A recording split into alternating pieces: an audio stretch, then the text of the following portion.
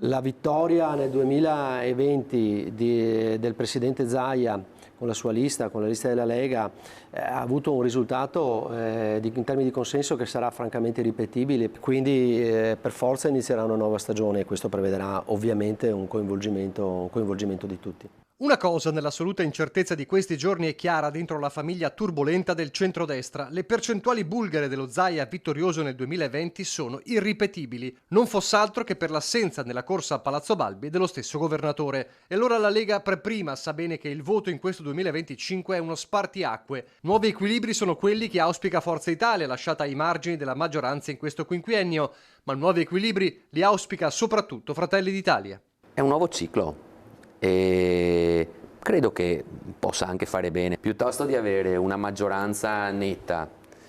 Non vorrei essere frainteso, ma un uomo solo al comando, come è stato magari negli ultimi anni, ripeto, senza criticare, si avrà magari un qualcosa di più, chiamiamolo condiviso. La partita a scacchi è nota. Meglio un presidente della Lega cerchiato da Fratelli d'Italia o un presidente targato Meloni ma con più carroccio in giunta? Anche per questo c'è chi parla di inventare i sottoassessori per garantire maggiore equilibrio di governo, ipotesi però rigettata da Coin e Della Pietra. Non credo che l'equilibrio e la soluzione, il percorso, la fine del percorso passi attraverso questi piccoli equilibri. Io credo che sia grave se la si pensi così.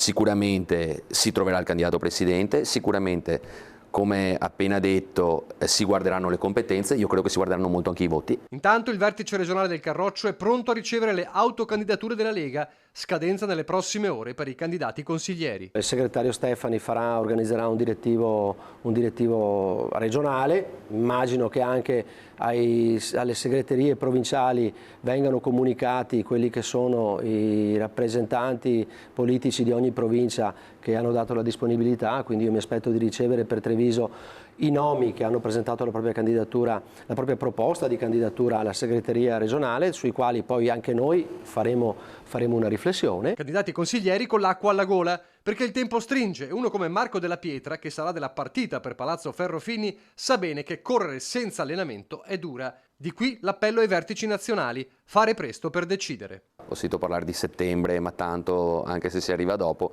in realtà capite bene che se si dovesse arrivare a settembre poi si hanno 2 mesi puliti per fare campagna elettorale.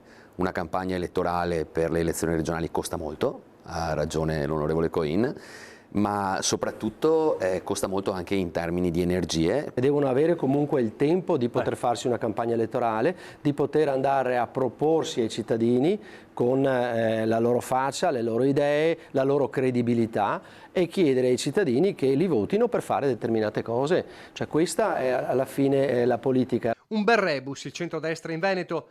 Il compianto Giancarlo Gentilini, che avrebbe compiuto 96 anni in questi giorni, non avrebbe mancato di dire la sua. Sicuramente non sarebbe stato in silenzio, non sarebbe stato in silenzio, sarebbe stato rumoroso come sempre e come sempre sarebbe stato un grande interprete di quel pensiero e che in quanto pensiero silenzioso dei cittadini. In questa fase ci manca perché sicuramente si sarebbe fatto sentire in maniera fragorosa, in maniera anche destabilizzante, magari facendosi arrabbiare come succedeva spesso, però facendo sempre riflettere.